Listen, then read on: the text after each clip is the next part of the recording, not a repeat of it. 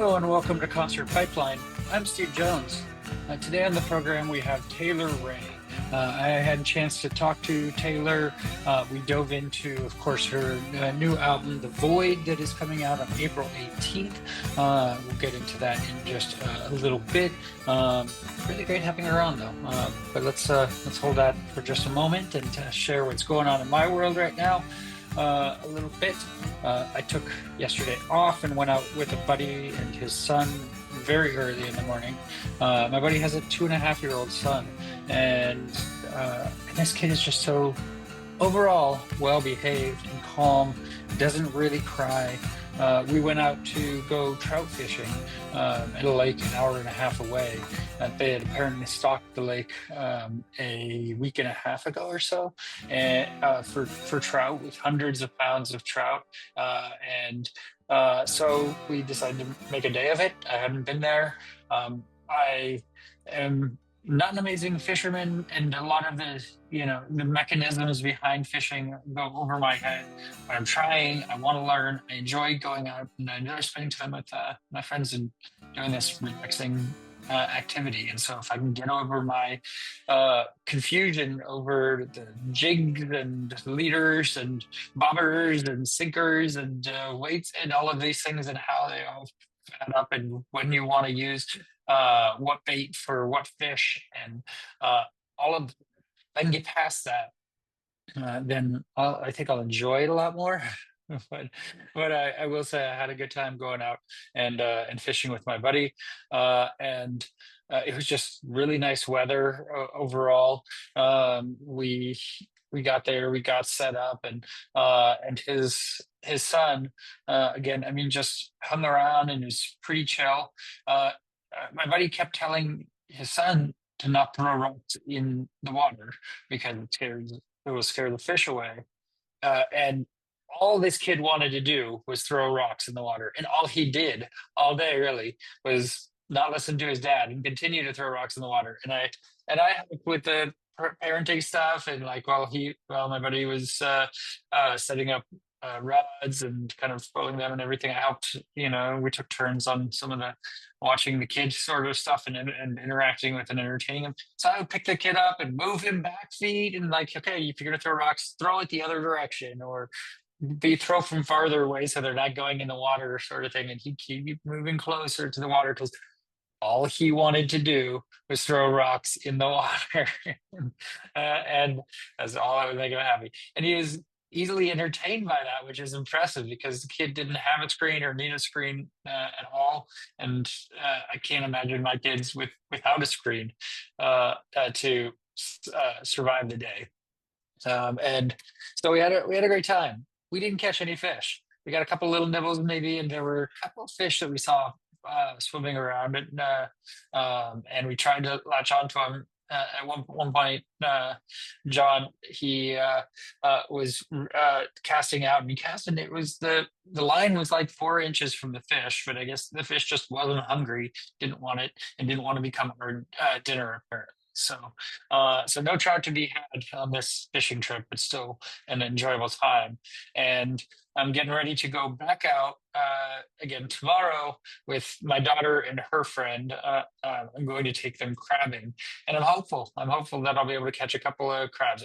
I'd like 2 crabs. That's really what I'm shooting for. Is if I can get 2 keeper Dungeness crab, I'll be happy.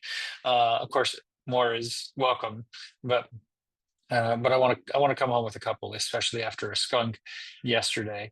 Don't want to scratch out again. So let's hope that's a good trip. But at least my daughter will be able to have a friend to hang with. I'll be paddling around, dropping crab pots, and getting everything moving while they're hanging on the levee and watching my dog as well. We'll bring the pup. It'll be a lot of fun, I'm sure. So. I'm looking forward to that, and I'm getting some sun. For those on YouTube that can tell, I've been outdoors a decent amount. So there's no tan; it just goes straight to burning pretty much, and I'll get some more tomorrow, I'm sure. So looking forward to that. And aside from that, next weekend going to see Eric Hutchinson at Sweetwater in Mill Valley with my son, we saw him there in 2023 solo, and this time he's going to be back with a full band. And my son really likes him, likes his music, and is into it, and just wanted to stick around afterwards last time to meet him, get him to sign a set list and all of that. So we did, and made it a good show for my son, and gearing up to a couple of other concerts I'm going to be taking my son to really soon, including ACDC next month, which I'm really super stoked for because it's 5 weeks away, and that's going to be an amazing experience. And my son was telling me, I got my son an ACDC shirt, which arrived yesterday, and he was telling me that his friend's brother was wearing an ACDC shirt, and I'm like, oh yeah, so you're going to be. I mean, you have no idea what you're in for, but and that the being able to say you've seen ACDC live is something none of your friends can say, and something that you'll be able to have when you're older to share stories about. Like I'm trying to relay that to my son of how epic this is going to be to see these washed up rockers playing the hits. Like I'm looking forward to it, and I want to spend it with my son. I was looking on StubHub, and the pit tickets that I have go for upwards of $1,000. So I could sell my son's ticket and go solo, and make some good money off of the ticket. But I'd really rather share that experience with my son. That means a lot to me. So going to be doing that. All right. Well, let's get into the program. Again, I have Taylor Rae on the program, and it's International Women's Month. And I thought, well, what better way to start International Women's Month than to have a female musician on? So again, her album, The Void, is coming out April 18th. Recommend checking it out. And I mean, she just puts so much into her music, and it's enjoyable. So let's bring it Taylor Rae on in. Yeah. How are you doing today, Taylor? I'm pretty good. Yeah, I'm doing good. It's kind of stormy outside today in Austin here. So, um, yeah, lots of wind. I guess there's like a fire danger. Oh, okay. Well, definitely be safe. How are you? Um, oh, I'm good as well. I'm good. Yeah, I'm not out on the West Coast in the Bay Area, so yeah, overcast, nothing too crazy, but you were right on the verge of spring, and I'm ready for the good weather to get here. So, uh, Yeah, yeah, for sure. What part of the Bay are you in? I'm from Santa Cruz. oh yeah, yeah. I'm from outside of Sacramento, Vacaville, Yeah, area cool, near Nutry. So, cool. um, yeah, yeah, and I wanted to talk to you about that too. I mean, of course, Santa Cruz, being from there. Tell me kind of about growing up in that area. It's pretty magical. Yeah, it was a really magical upbringing just because we had access to some of the best nature in the whole world. Um, and it was just, yeah, I grew up um in Ben Lomond, which is the Santa Cruz Mountains, like the valley area of Santa Cruz. And just like surrounded by redwoods and super close to the ocean and everything. And it was a really artsy, like hippie community as well. So just like, yeah, from an early age, it was encouraged to try things out of the box a bit. So yeah, I'm very lucky for that. Yeah. Did you spend a lot of time at the boardwalk? I took my kids there on a trip last weekend, actually. Oh, nice. Yeah, we went to the boardwalk quite a bit. Definitely. It was like school and then on the weekends. Like in over the summer, it's obviously the biggest tourist spot. So try and avoid that over the summer. I'm not really a crowds person, Yeah, but yeah, had yeah, it gets a some little crazy. great times. Yeah, it was great last week. It was almost like spring weather, and the boardwalk wasn't open or anything, but so we were able to get a hotel right on the beach and just walk across the street to the beach, let the dog run around and everything, and Oh, I just love enjoy that. being in the area. So That's so fun. it's good to get away too. But my sister got the kids season passes for the summer, so they'll be there a lot with the crowds. I will stay away from Oh, all of wow. that. So. Okay, cool. Oh, that'll be really fun though. Yeah, yeah. I grew up going there in the summer with my mom and sister and stuff a bunch. But I mean, I'm sure it's even more beautiful in the mountains area where you grew up, right? Yeah, I think next time you go, you got to do the train that runs from Roaring Camp to the boardwalk. Yeah, I did that once with the kids. Oh, Yeah. that was so much fun too. Yeah, that was Yeah. really cool. So right where Roaring Camp is, like that's my town. That's where I grew up. So yeah. Oh, that's so cool. Yeah, Yeah. that's a lot of fun. And I mean, and that train, yeah, that train is a good ride. It's a yeah, a good experience through the redwoods and everything. So, Really.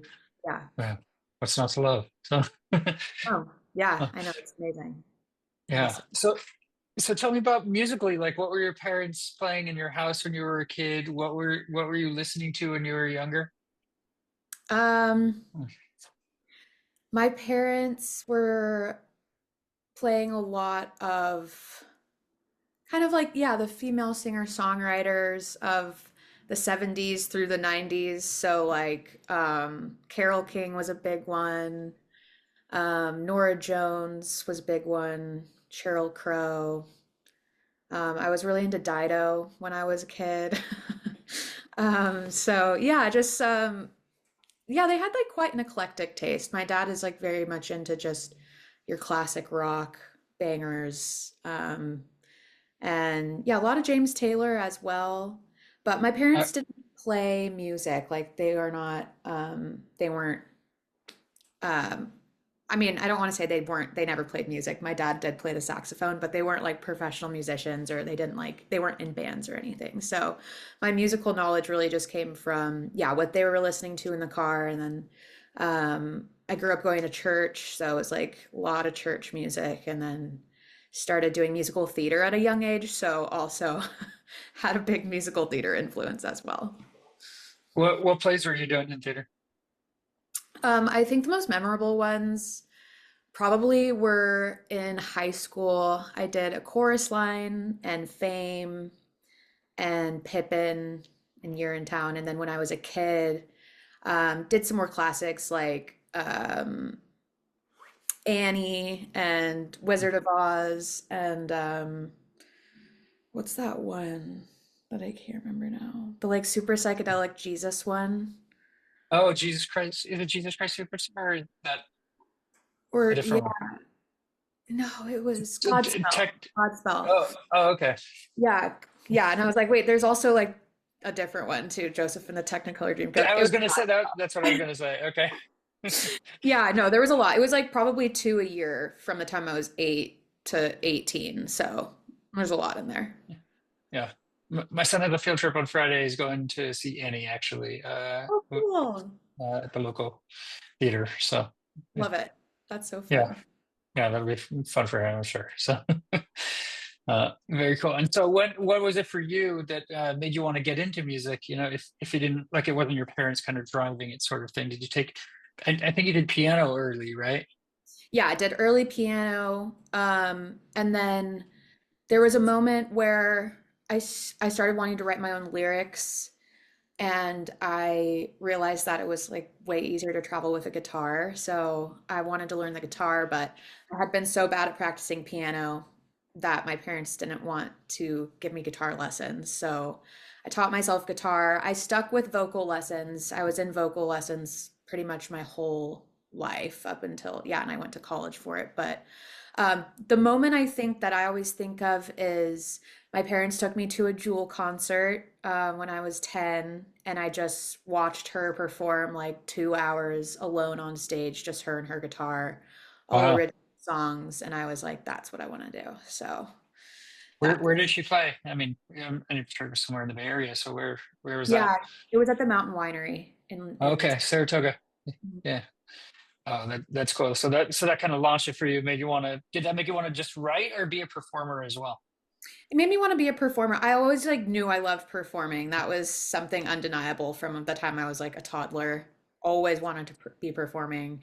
But yeah, it was really the writing that kind of drove me into making it a whole career.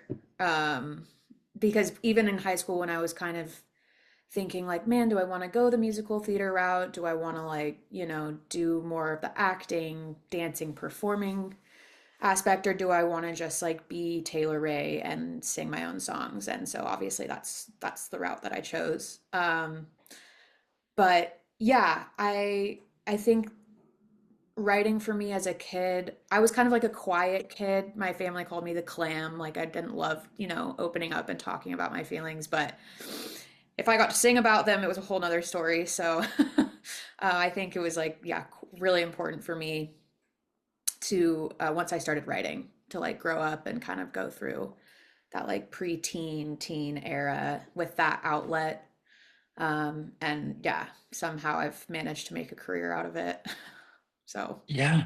yeah. Yeah. And starting writing, you started when you were like 12, you wrote your first song really, and it wasn't your typical song from what I understand. It was a pretty dark one. Tell me about that.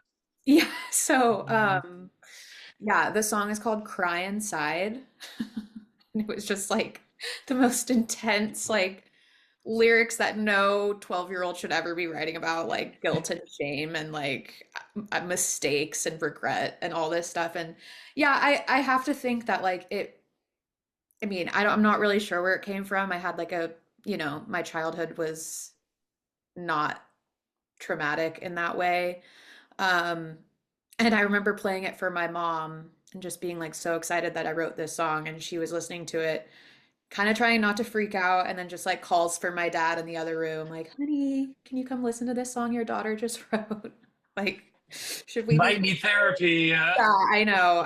It's so funny because now as an adult, like dealing with what a lot of adults deal with these days, a lot of like mental health ups and downs and stuff. I look back to, yeah, the songs I was writing when I was 12 and I was like, the signs were all kind of there. I'm like, I'm not that surprised. Yeah.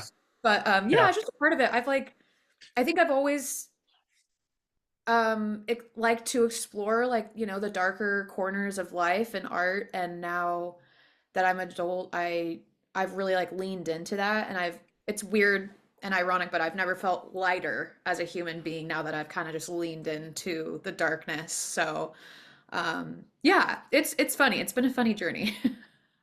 It's a great outlet, right? I mean, Yeah, it's somewhere you can kind of express yourself and be yourself. You kind of really put everything into, and then it's not this thing weighing inside of you. It's this thing that you get to kind of release a bit, right? totally. Yeah. Yeah. So a few years later, yeah, about 15, you start recording. Tell me kind of about when you get to that process. So are you like, okay, I've got a couple of songs, I want to kind of put them together. Like what was that like for you? Did you bring in some friends to help with the process, or? Yeah, so I had yeah, a whole I want to say like 10 songs worth, and in my mind just the next step was like recording an album. And so at that time my church had a studio attached to it, and there were some good friends that were working at the church that were just like, my parents were talking to try and like help me out do this little album on a little budget. So yeah, they just like got some musicians from the church and we just recorded it all there. It was so exciting for me at the time to just like hear drums on my song. I never had one of my original songs produced in any capacity. So that was really cute. And yeah, that came out when I was 16. And now it's like haunting me. We like can't get it off Amazon Music. And I'm like, really hope no one ever listens to it. But Yeah, yeah, it they was a good will. It's start. the yeah, but it's you got to start somewhere, right? So Definitely. Yeah. Yeah. yeah, and it's a part of what made you you. So Yeah, I know. I sometimes I'm like, I do envy the people that like took, their early 20s to think about like the world they're building in terms of being a musician and like what kind of things they want out there. And I was just like, I don't know, age 15 just was like everything's going out. And now I'm like trying to scrub it all from the internet. But you can't get rid of it. Like you can't take things off the internet. It's always there. So no, yeah. Well, and the funny thing is like when I was 15, like there were no digital streaming platforms. So the company I used to literally duplicate the physical CDs, somehow when they did turn into a distribution platform for DSPs, like they just yeah. already had my files and just like put them up there, even though like obviously would have never chosen to do that. So yeah, it's been wild. The weird things about this job. Oh yeah, yeah, for sure. So, so your real full debut album, the one you want to claim, is Mad Twenties. And so tell me kind of about going in and creating that. I will say, and I want to dive into some of the songs on that album. What I really like that you do, you post each of the tracks on your website, and not even just the lyrics, but you kind of give information like behind the song, which is really really cool as someone kind of going to kind of wanting to understand the music and kind of what went into it. You know, it's one thing to just have the lyrics there and yeah, you can read into that, but to actually kind of hear you know where you were at in your life when you kind of wrote that song is pretty cool. So let's talk about it in general first, at kind of building Mad Twenties, and then let's dive into a couple of the songs. Yeah, first of all, thanks for noticing because I never know if anyone actually reads Yeah. those. So I appreciate that. Yeah, so Mad 20s came at a time, a year into the pandemic, still didn't have any gigs, everything was canceled. And it was kind of like a do or die moment because at that point I had spent like 6 years doing music full time, but just a lot of cover gigs. Like I was a wedding singer, corporate gigs, playing in hotels. So just a lot of like the gig life, which is great.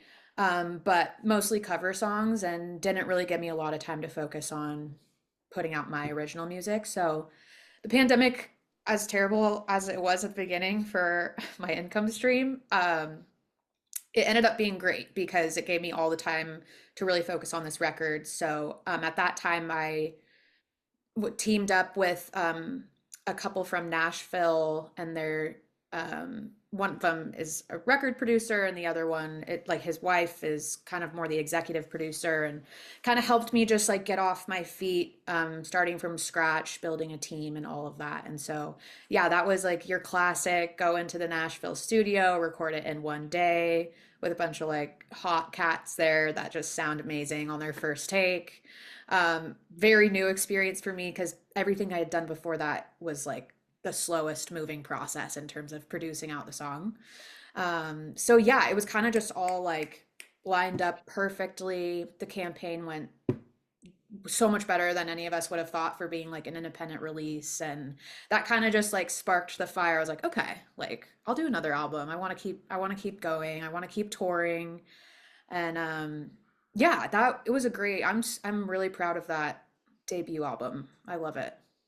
Yeah, yeah, for sure. It's definitely a good piece of work to put out there.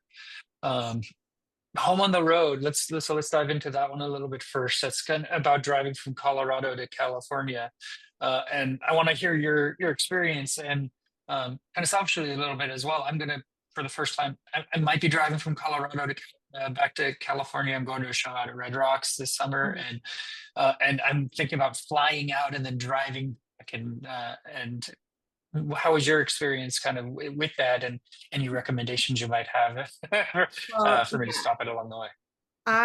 if you're, I'm assuming you would take the 80 since that kind of drops you right off in Vacaville anyways. But Yeah. yeah, there's a couple towns in Nevada that are extra special to me, just because I've broken down in them like many times now. And at that time, me and my partner were traveling in a Chevy step van, which is like a UPS truck, like all black, and it was from the 70s. And Wow. yeah, it wasn't cooling itself down. So again, like depending on when this concert is at Red Rocks, if it's in the summer months, Yeah. definitely have like the most reliable vehicle with AC that you can find. I won't be driving that, and I know that truck had like 9 miles to the gallon or something. You It said, was right? so So bad, yeah. And yeah, like, I don't know who thought they could afford that back then because we were just seemed like a like, good idea at the time. yeah. And we were like, didn't have the foresight to bring extra water. So like, we were broken down, and there were like some warm Heinekens in the back, like in the cooler that had been sitting there for days. And like, that was pretty much that was quenching the thirst, when really we should have been drinking water at that point. And yeah, it was just like, now it's so funny to me. At the time, it was still kind of funny. But I wouldn't necessarily recommend it if you Yeah, if you yeah. can avoid that way. But yeah, a couple towns that are notable. Battle Mountain. spent way too much time in Battle Mountain. There's quite literally nothing there.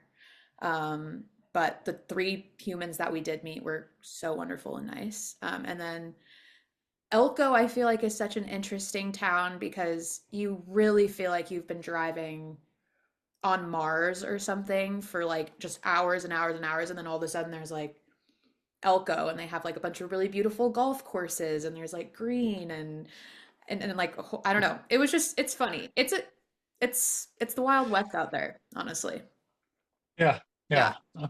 Okay, I jotted those down, and I'll Yeah. check them out, see if it makes sense to stop there. But that's cool. I'll look for those three people in Battle Mountain, Yeah, and it probably like doesn't make sense to stop there unless you need gas or food or something. But if you just drive by and you're like, oh, this is the one that Taylor was talking about, like this is hilarious. So tell them Taylor says hey. So very cool. Let's see. Letting you go, about letting go of an important friendship, and that's one I can kind of relate to a little bit myself. I kind of had one of those experiences this past year where I let go of a friendship that's like a best friend for 20 years, and wow. and it had challenges, but I mean, we're at a place where we're fine now and got the kids together even this past weekend, and Oh, wow. but we don't hang out as friends anymore or anything really. We just us at all. So, and I kind of sense some of that in that song and kind of how you describe it, as well. So tell me about that for you. Yeah, that one was so important. And we did end up becoming friends, but it took like a year of just no talking at all Mhm. and just taking a full, complete break. I think there was a lot of codependency there. There was a lot of, on my end, like seeking their validation. And and yeah, that song felt so important at the time because as you know, like it's such a big life change when someone like that involved just kind of not only like hurts you or like you've hurt them, but then they just like disappear. Um I think this song was important because it took me kind of out of a place of like sadness and grief and more into a place of empowerment Yeah, and like, okay, I'm gonna figure out how to validate myself and how to stand on my own without this friendship. And also that was also a musical partner as well. So there was that element for us. And then coming after a year and like really like growing individually, coming back and having just like a very deep, open conversation about all the dynamics that weren't working for us. Like it's been one of the best things for our friendship now. It's better than ever. So yeah, that song was it kind of like it took me a little bit out of the rut when that song finished. I was like, okay, I feel good. I feel stronger. And like there's a couple spicy lines in the song, and I feel like I always have to add the spicy lines because that's just like how I just clear out all the like cobwebs and everything. So later I'll I go back and apologize. I'm like, don't, read too much into it. I just had to write that. gotta put her out today, Gotta put it out there. right? Yeah. Yeah, that's good. Another one about a challenging relationship was sink or swim, and fighting through that, where it sounds like you're doing this bob of, kind of like, I mean, that was a romantic relationship, but you're like, I mean, when you're writing that, you kind of know it's near the end, it feels like, right? But you're still in it, you Yeah. know. Yeah, and so Yeah. that must have been a release for you as well, right? Yeah, for sure. Yeah, the sink or swim is kind of feels like a last ditch effort. That particular relationship like had been 5 years in the making at that point.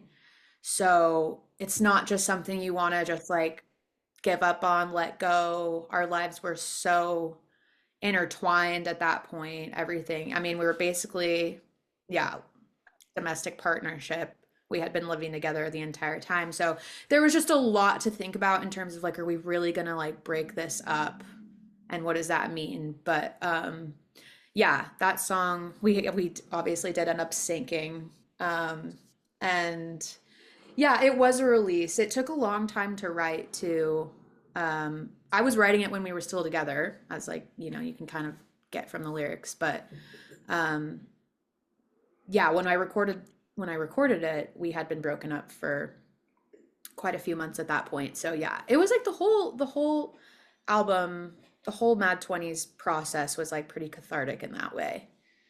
Because it was like Yeah. happening right after the breakup, right after like the pandemic hit, it was just like a lot to process, a lot going on. So yeah, definitely a necessary release.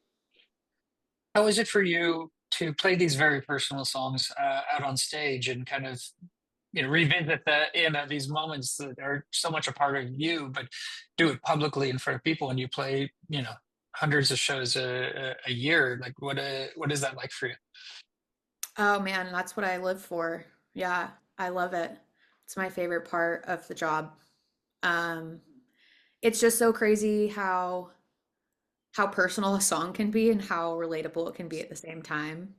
And if I do, when I play sink or swim, I do like to give a little bit of context and tell a little bit of a story. And yeah, as specific as it is to me, there's always people that come up to the merch table at the end of the show, just being like, wow, I just went through that exact thing. Or like, I just, I'm trying to work on a 26-year marriage. Or, like, I always get these really personal stories. And I'm like, that's what keeps me coming back. I'm like, just like that ability to connect with complete strangers is honestly like why I love doing what I do. Yeah, yeah, that's brilliant, and getting to see how your music impacts people, and that it's helping them through things, and knowing that there's other people that have Right. experienced these as well. Yeah, totally. It makes me feel like so much less alone too. And it's also just gives me like a really interesting perspective on humans in general. Because I'm like, oh, we're all the same. Like, Yeah, we think it's so different. This is such a unique experience. And in a lot of cases it can be, but for the most part, meeting like hundreds of people a year, thousands of people a year after shows, I'm like, yeah, we're all feeling the same things. yeah, yeah. We've all go through this stuff, so Totally. yeah. So let's cleanse some of that Mad 20s off for a second before we hop into the new album. You went to Burning Man. T Yes. Tell me about that experience. Oh man, Burning Man was it was wild. It was really tough. Like it's really tough, and at that point I know Burning Man is not a festival and you're not supposed to call it that. It's a gathering, and I get it. It's a social experiment. However, I had been going to a lot of festivals, a lot of music festivals at that time in my life, though, like 2016 to 2018 was like on that festival circuit, just having the best time. All I wanted to do was like dance with my friends to EDM. Like that was my favorite thing. So Burning Man came along, and yeah, absolutely wild experience. We were there for 10 days. Wow. I wouldn't ever do again to myself. It's a Like, one-time thing. Yeah, yeah. I would go for like a regular amount of Burning Man time, but we had locked ourselves into this camp where like the van ended up making it there, the black Chevy step van. And it Yeah. was like an integral part of the camp structure. So it's like we couldn't leave. Like we were there, like the first ones at the camp building and setting it up, and like the last ones to leave, which like that's fine. That's what we signed up for. But it wasn't until I was out there that I was like, this desert does not want people here. Like it is not kind to the human body. We're not supposed to survive here for a long period of time. But I mean, that's what makes it also incredible and beautiful. And like, yeah, again, the collective experience with just like everyone out there struggling and also having an amazing time. Um, yeah, it was like one of the best experiences of my life, one of the hardest.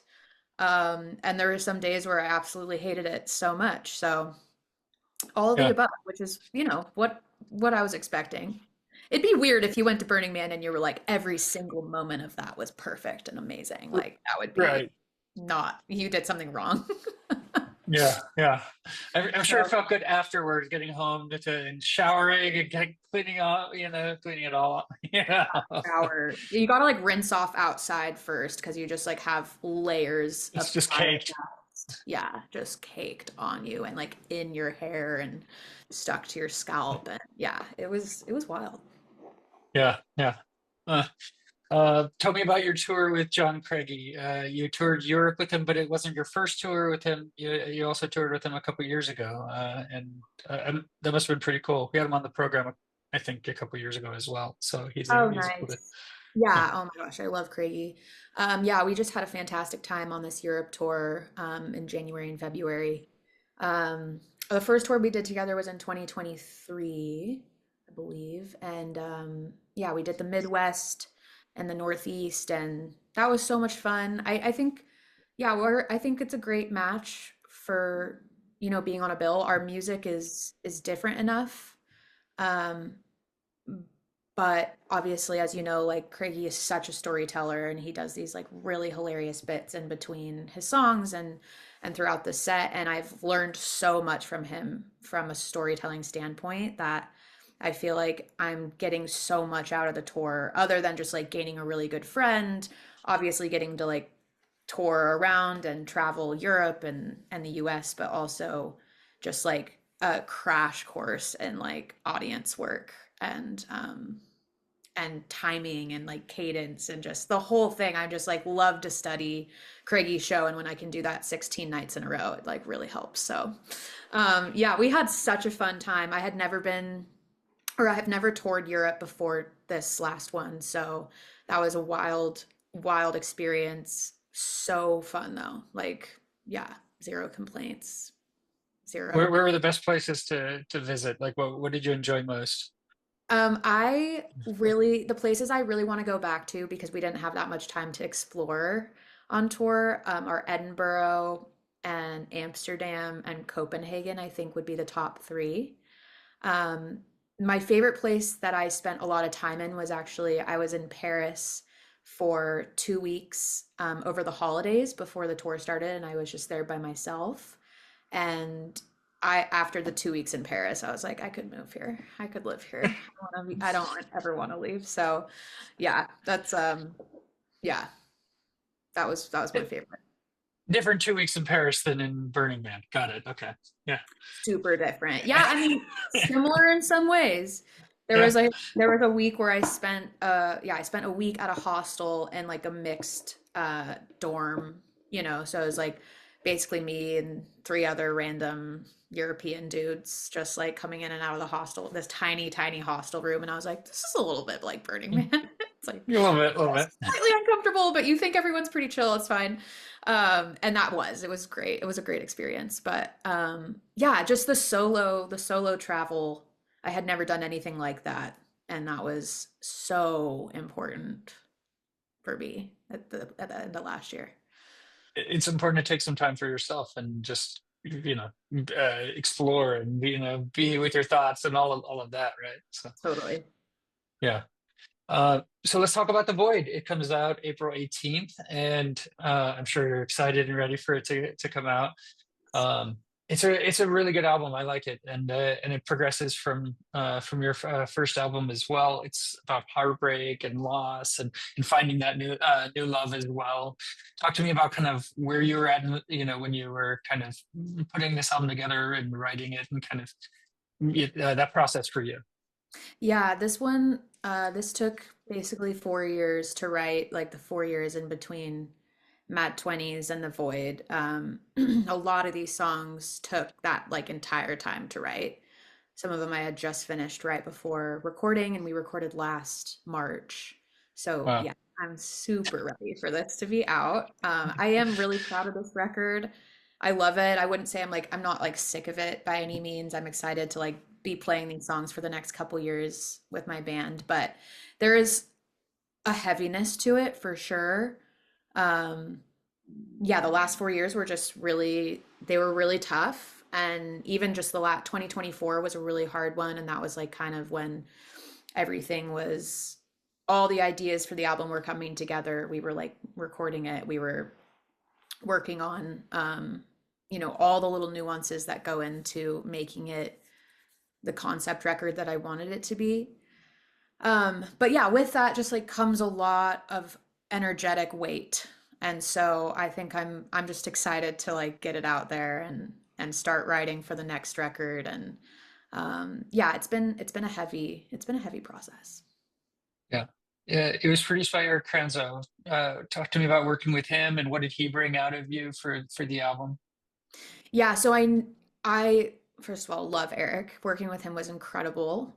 He's such an amazing musician, and I think it was such a great match because the songs content-wise, they're so dark. And working with Eric, who, specializes in that kind of like soul, funk, rock area, it just lightened them up so much in the way that they needed to be lightened in the production. And so, yeah, I think honestly, the record turned out to be everything that I wanted it to be. I gave him like a production references document before recording that had like Spotify playlists for every song. And Yes, that I wanted to hit on that. Like, so you really wanted him to get the feel for each of the songs that you have on the album, like, and so you made a whole playlist for each individual song and be like, okay, mash all this together, and this is what I want this song to be, sort of thing. I hadn't heard that before from an artist. And just tell where did that idea come from? Tell me, did it work out how you anticipated? yes, it did work out.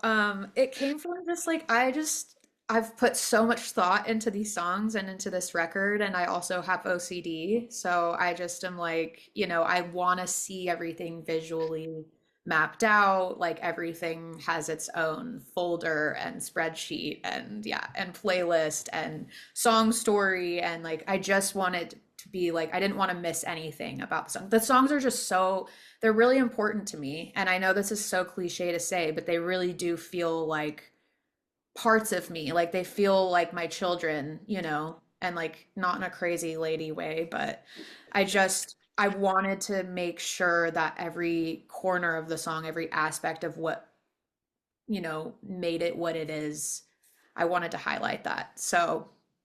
Um, so yeah, it went like information overload for sure. And I was, before meeting him in person, I was like, he either thinks I'm gonna be an absolute whack job, like just crazy, like um I don't know. I didn't want to come off as like a control freak or anything, but we didn't even listen to the playlist. Like I just sent them ahead of time. And then now, listening back to the record when it was done, I was like, nailed it. We nailed it. Like it's everything. Yeah, it's everything I wanted. Yeah, yeah. You have the airport song, which I think encompasses a lot of where you're at and what you do, and kind of the challenges with that on a relationship as well, right? Like you're on the road so much, you're playing shows, and it's already hard to maintain a long distance relationship, but when you're not even in one spot Right. at any given point, like that's got to be really taxing and challenging, right? Like, and so you put that into that song, but I'm curious, where do you go with that? How do you how do you overcome that? I mean, because that's not changing for you. You're going to continue to make music and be an artist and tour. Like, how do you process that? Yeah, that song, it was like it's tough because yeah, when you're in the middle of a relationship and you're never in one spot and it's long distance or it's just, kind of like in and out, it's at least for me, there's becomes this sense of like fantasizing about just like, "Oh, I'm just gonna do everything by myself and like I don't need a relationship.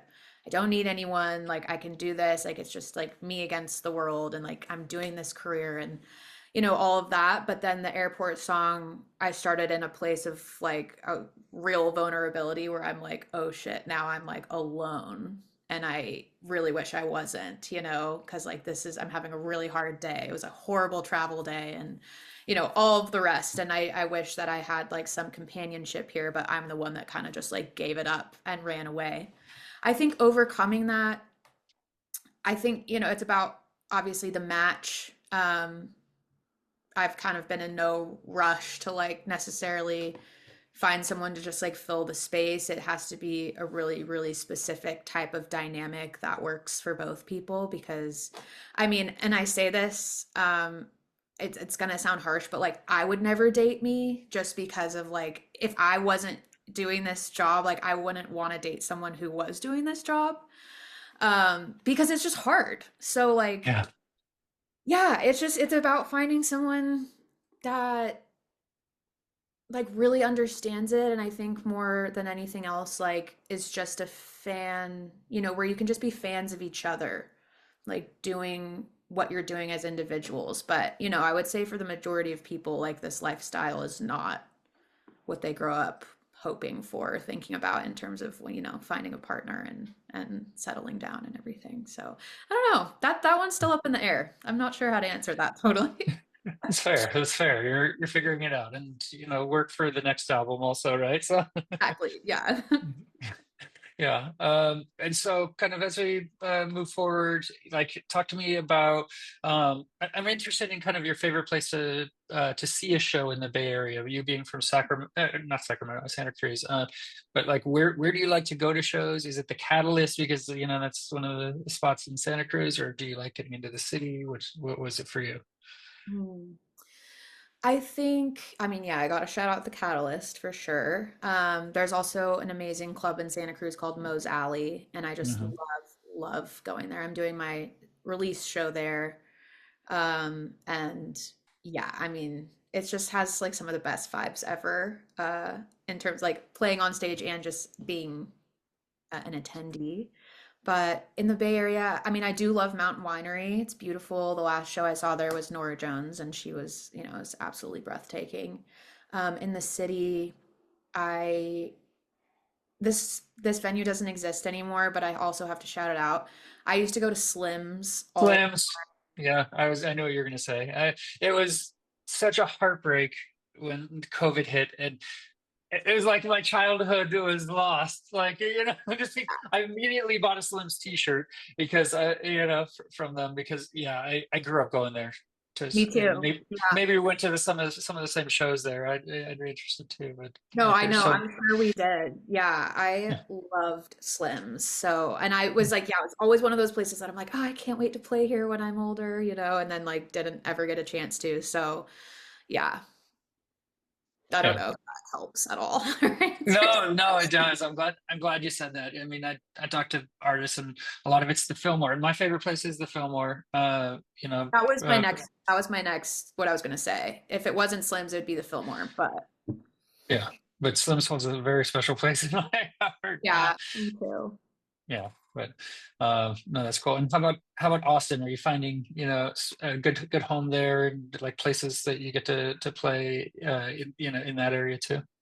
Yeah, I don't really play live here that much. I'm kind of just, I guess, just get to be a consumer of the incredible local music scene here. There are places I love to go see music, but because my band is primarily based in California still, yeah, don't do too much performing out here. That being said, we are doing a lot for South by Southwest. I have some of my band flying out here for that, and we're getting to play some cool places. So, I think my favorite venue just overall in Austin has to be Seaboy's Heart and Soul. Just at any given night of the week, anytime, like you can walk in there and just see some of the best music you've ever seen. And a lot of times it's not even like a band, it's just a bunch of people jamming together, just like getting on stage and doing an improv set, and like that to me is just so cool. It's my favorite way to listen to music. So, Yeah. How long have you been there now? it'll be 7 years this year. Okay. I gotta ask you, did you ever make it to Gordo's? I don't think What? so. Okay, because I feel like it was pre-COVID. I think that they shut. I mean, they have a donut truck, but they had this restaurant, and it was like the best burger I've ever had. And it's like this burger that's sandwiched in donuts, and it has avocado and like bacon, and it's just this beautiful masterpiece. And then, like the last time I was in Austin, I tried to find it and it didn't exist anymore, like just a food truck. And I'm like, I can get donuts anyway. I wanted this masterpiece. And, you That know, is so funny. Yes, I do remember that spot. It was actually really close to the first place I lived in Austin. And I remember first moving here and all my roommates going. And I was yeah, like, that sounds disgusting. I'm not going and eating that because I'm not really a donuts person. But I was like, a donut burger. I was like, what is this? But they swore by it. Like, so, I'm sure it was incredible. I'm actually sad I didn't get to try it. It is delicious. You have, chips on the side and a beer. Oh It's yeah. like the final meal would be that. I'd like pay to have Gordo's come back and Love it. I love it. and be that and be that. So oh, cool. So one more question and kind of wind out. But like, we talked about your favorite place to see a show. What would you say your favorite concert is that you've been to as a fan? Hmm. Oh man, that is tough. But I got to go with Tame Impala at the Berkeley Mm, Greek Theater. okay, okay. Yeah, It's a good place to see a show too. So great place to see a show, and Tame Impala is probably my number one, just like most consistent favorite musical artist. And that show was, yeah, absolutely life changing. that's really cool. I'm glad you're able to have that moment. So uh, very cool. Well, Taylor, I wish you luck on the new album that's coming out, and thanks for taking time to dive into it and your music and everything. And it's so great to hear your story. And again, thanks for adjusting the time on the interview too. So, Oh, no problem. Yeah, thank you so much, Steve. Appreciate you. yeah, yeah, appreciate you. I hope you have a good rest of your day. Okay, and Too. we'll be seeing you soon. Thank you. That was my interview with Taylor Rae here on Concert Pipeline, and that takes us to the final segment on the program, the music news.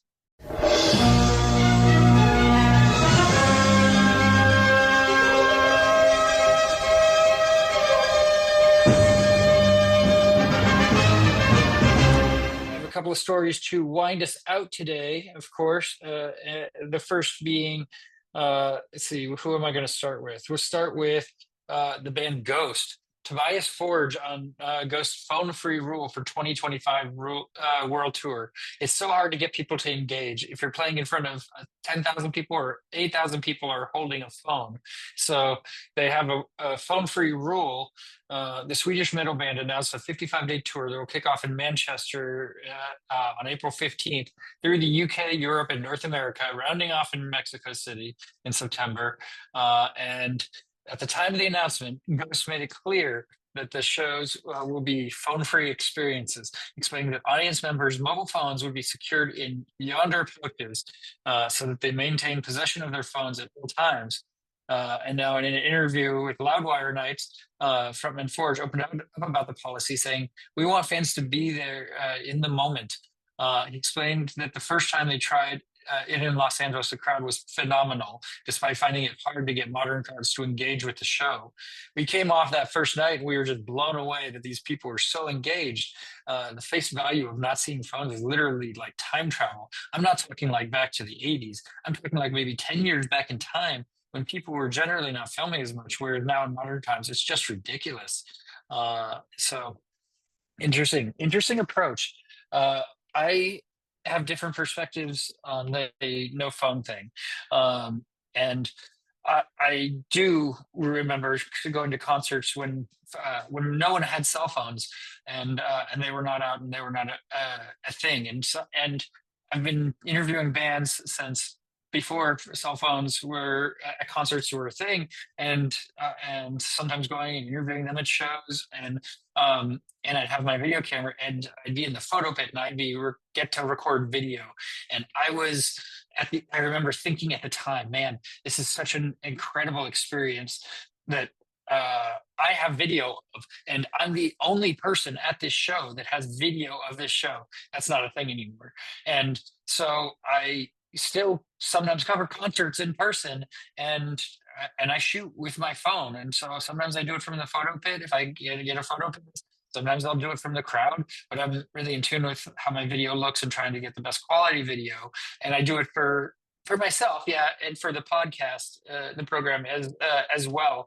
But everybody else has a video too, so it's not really unique and special in the way that it was back 20 years ago, 22 years ago when I started interviewing bands and recording shows at concerts and that sort of thing. So I get it, and I'm curious what it would be like to be at a show with no cell phones. Maybe I could go back to being the only person that has video. That'll never be happen again. But I'm really interested in the approach, and I think it's good to get people out of behind their screens. So I'd be down to go to a show with those rules. I think it's really pretty positive. All right. Arcade Fire appear to be teasing their return with cryptic updates. New artwork has been posted on social media with fans sharing theories on what's to come. Uh, the band got fans talking recently when they made some drastic changes to their social media page on Instagram. This included wiping all of their posts and uploading a new profile picture, bio, and the website link. Now on their page, the cover image is a new vibrant pink design, which also has a simple sketch that makes it look like closed eyes. And there's a cryptic message. It reads, "It is the year of the snake, so let your heart break." And the new link takes fans to a website that has the same pink artwork. While it isn't yet clear what possible new announcements the band could be leading up to, it's worth noting that this is a similar approach to what Win Butler and company did 3 years ago. Back in 2022, the band removed all their Instagram posts and changed the artwork on the page. It led them up to announcing their sixth studio album, We. So We might be in for a treat from Arcade Fire pretty soon. Uh, and yeah, no word on exactly what that means, but keep your eye on Arcade Fire social media. I want to see them live again. It's been years since I've seen Arcade Fire live. The first time being in 2006, I remember, and it was such an epic show. They were just breaking at that point, and it was like, I mean, I saw them at the Great American Music Hall in San Francisco. I don't think they could ever play there again because they're just so huge. But what an amazing experience. All right. Harry Styles is reportedly in final negotiations for a huge Las Vegas Sphere residency. If it happens, it'll be some of his first shows since his massive Love on Tour dates. I normally wouldn't report on a Harry Styles because can't name a One Direction song, can't name a Harry Styles song.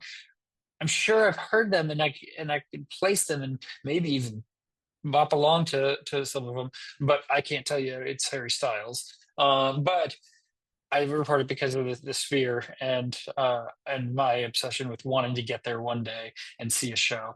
It won't be Harry Styles, but I want to see an artist that I really like at the Sphere, and because it just looks like such an amazing venue. Um, and he's in talks to do as many as 35 shows at the venue later this year. There's a shared quote from an anonymous source who supposedly close to the discussion said, "For the Sphere to continue to be on everyone's radar, they need to book some real live artists like Styles. Almost everything at the Sphere has been geared for the 60 and over crowd. The Eagles, the Dead, and even U2. Maybe that's my issue also that I haven't been there, is because I'm like, I'm not an Eagles fan. I'm not a Grateful Dead fan. I like U2, but the Chong Baby album that they were doing, it wasn't my favorite. And if I'm going to go there, I want to see, it was a rock show with songs I could sing along to and be blown away. And I know I would by the visuals, but need got to be the music, you know. So that is in talks, I guess. All right, and this is an interesting one. Stranger Things star Finn Wolfhard has announced his debut solo album, Happy Birthday, with the nostalgic single Choose the Latter. Wolfhard has also announced his 2025 North American Objection Tour, and it opens with bright and jangly guitars, a bumping bass line, and steady drums. Choose the Latter is reminiscent of early 2000s indie pop, with Wolfhard's distinct voice singing, if can't move, then I can't see. I choose the latter. Choose the latter." In the song's routine chorus, as long as DIY accompanying music videos sees Wolfhard performing the single while on a green screen roller coaster. And first teaser of his new album, Happy Birthday, comes out June 6th, I believe. Ironically, a day before my daughter's birthday. And then he's going to, like I said, he's going to be doing some shows. He's going to be playing the Independent in San Francisco, and on June 8th. And I'm going to try and get tickets for my son, who really wants to see him live and is interested in doing that. So I like that I'm starting to take my son to concerts, and he's into it. We'll see if I can get through these handful that I got here. But he likes spending time with me. He likes having experiences. And he's open to it. I just got to make sure it's a positive experience for him. So Finn, said, music for me has always been something that I can control. And while I'm really grateful for acting, and for a long time, it really provided me that peace. It's just a different thing now that I'm an adult and that it's a career. I still enjoy it a lot, but when I am by myself and get to play guitar and write a song, it's a different kind of feeling I'm after. So um, we'll see if I'll be able to report back on the Thin Wolfhard's concert and have a phone and to record some video to bring to the podcast. That would be pretty cool. All right. In the last story, hackers stole hundreds of Taylor Swift Eras Tour tickets, making $600,000 through a criminal scheme. The alleged scam also included tickets to Adele and Ed Sheeran tour dates. Two hackers have been arrested after making over $500,000 by stealing hundreds of Taylor Swift tour tickets. They stole over 900 tickets. And according to the prosecutors from the district attorney's office in Queens County, and the two stole close. Okay, yeah, we already talked about it. A bunch of tickets. They were done. This was done as they worked for a third-party contractor for StubHub in Kingston, Jamaica, and found a way to access already purchased tickets. Here, they're accused of intercepting and stealing the URLs for purchased tickets before reselling them on StubHub for a profit. And this took place over the course of over a year. They were charged with grand larceny, computer tampering, conspiracy, and tampering. And there's a statement about the incident. According to the charges, these defendants tried to use the popularity of Taylor Swift's concert tour and other high-profile events to profit at the expense of others. And they exploited a loophole through an offshore ticket vendor and resold the tickets for a lot of money. So crappy people doing shitty things to make money illegally. Not great. All right. That is our show for today. Thank you for tuning in. Don't have a show lined up for next week yet, but you never know. Got a couple of things in the works and that I'm hoping for. So keep tuning in. Subscribe, hit the like button, follow us on the socials, Facebook, Instagram, all the fun stuff. For all of us here at Concert Pipeline, I'm Steve Jones. I'll catch you next time.